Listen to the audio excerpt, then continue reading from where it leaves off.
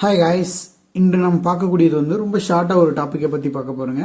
என்னன்னா ப்ளீஃப் லார்க்கின் எழுதிய வாட்டர் அப்படின்ற ஒரு டாப்பிக்கை பற்றி தான் பார்க்க போகிறோங்க.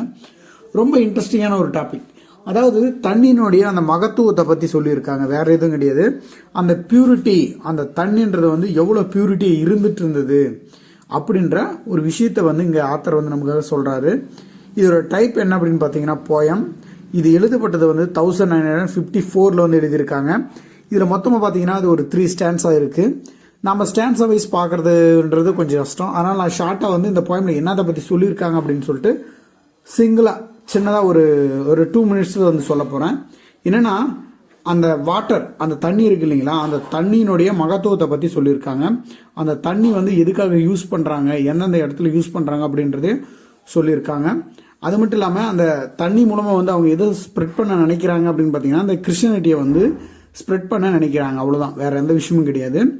ஸோ என்ன சொல்கிறாரு அப்படின்னு பார்த்தீங்கன்னா ஆத்தர் கேட்குறாரு, என்ன ஒருவேளை இந்த தண்ணியை மையமாக வச்சு என்னை கூப்பிட்டுருந்தீங்க அப்படின்னா நான் இதை வச்சு ஒரு புதுசாக ஒரு மதத்தை உருவாக்குவேன் அப்படின்னு சொல்கிறாரு. இது ஏன் சொல்கிறாருன்னா அந்த தண்ணின்ற இடத்தின்னு வச்சுங்களேன், இந்து ஆகட்டும், முஸ்லீம் ஆகட்டும், கிறிஸ்டின் ஆகட்டும், இந்த 3 இடத்துலையுமே இந்த வாட்டர்ன்றது மெயின் இம்பார்ட்டண்ட்டாக இருந்துட்டு இருக்கு. நீங்கள் இந்துக்களோட கோயிலில் பார்க்கட்டும் தீர்த்தம் அப்படின்னு சொல்லுவாங்க. அதே மாதிரி முஸ்லீம் அங்கே போனீங்கன்னா அங்கே ஒரு விதத்தில் அந்த தண்ணியை யூஸ் பண்ணுவாங்க. கிறிஸ்டின் போனீங்கன்னா அங்கே ஞாயிற்றுக்கிழமை நாளில் அங்கே போய் அந்த தண்ணியை குடிக்கணும் அப்படின்னு சொல்லுவாங்க.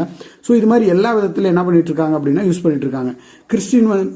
முஸ்லீம்ஸ் என்ன பண்ணுவாங்கன்னா அந்த பேய் ஓட்டுறது இது எல்லாத்துக்குமே அந்த வாட்டர், அந்த பியூரிஃபையான அந்த வாட்டரை யூஸ் பண்ணுவாங்க. பார்க்கலாம், எக்ஸாம்பிள் நிறைய படத்தில் பார்த்துருக்கோம். அந்த முனி 2, 3 அந்த படத்தில் பூராமே அந்த அல்லா அப்படி யூஸ் பண்ணிட்டு அந்த தண்ணியை யூஸ் பண்ணுவாங்க. அதை தான் சொல்றாரு. அது மட்டும் இல்லாமல் இந்த போயமில் எதை சொல்றாரு அப்படின்னா ஃபோக்கஸ்டாக முக்கியமாக கிறிஸ்டினிட்டியை பற்றி சொல்லிட்டு இருக்காங்க. ஏன்னா அவர் சர்ச்சுக்கு போகும்போது அங்கே சர்ச்சில் பார்த்தீங்கன்னா 2 டைப் ஆஃப் பீப்புள் வருவாங்க. ஸோ டிஃப்ரெண்ட் கிளாத்தஸ் போட்டுட்டு வருவாங்க. ஒன்று யார் அப்படின்னு பார்த்தீங்கன்னா அங்கே இருக்கக்கூடிய ஃபாதர்ஸ், நன்ஸ் ஒரு மாதிரியும், இன்னொன்று யாருன்னா இந்த வெளியிருந்து வராங்க இல்லையா, அவங்க எல்லாரும் டிஃப்ரெண்ட்டாக இன்னொரு கிளாத் போட்டுட்டு வருவாங்க அப்படின்னு சொல்கிறாங்க. அந்த இடத்துலயே அவங்கள பியூரிஃபை பண்ணுறதுக்கு என்ன இருக்குது அப்படின்னு பார்த்தீங்கன்னா அந்த தண்ணி தான் இருந்துட்டு இருக்கு, அந்த வாட்டர் இருந்துட்டு இருக்கு அப்படின்னு சொல்கிறாங்க. ஸோ அந்த வாட்டரில் நீங்கள் நனைஞ்சு உள்ளே போயிட்டு வந்தீங்க அப்படின்னா உங்ககிட்ட இருக்கக்கூடிய எல்லா புனிதமும் அதாவது எல்லா சின்னும் என்ன ஆகும் அப்படின்னா பியூரிஃபை ஆயிரும் அப்படின்ற ஒரு விஷயத்த சொல்கிறாங்க. அது மட்டும் இல்லாமல் இந்துக்களுடைய ஃபேமஸான காட் அப்படின்னு எதை பார்த்தீங்கன்னா திருப்பதி சொல்லலாம். திருப்பதி ஸ்தானத்தில் உள்ள போகிறதுக்கு முன்னாடி காலில் அந்த இடத்துல பார்த்தீங்கன்னா தண்ணி போயிட்டே இருக்கும். ஸோ அதை நீங்கள் காலை கழுவிட்டு தான் உள்ளே போகிற மாதிரி இருக்கும். அதாவது நம்மளுடைய பாவங்கள் புறம் விட்டுட்டு கடவுளுடைய புனித இடத்துக்கு நம்ம போகிறதுக்கு எது யூஸ் ஆகுது அப்படின்னு பார்த்தீங்கன்னா இந்த வாட்டர்ன்றது யூஸ் ஆகுது.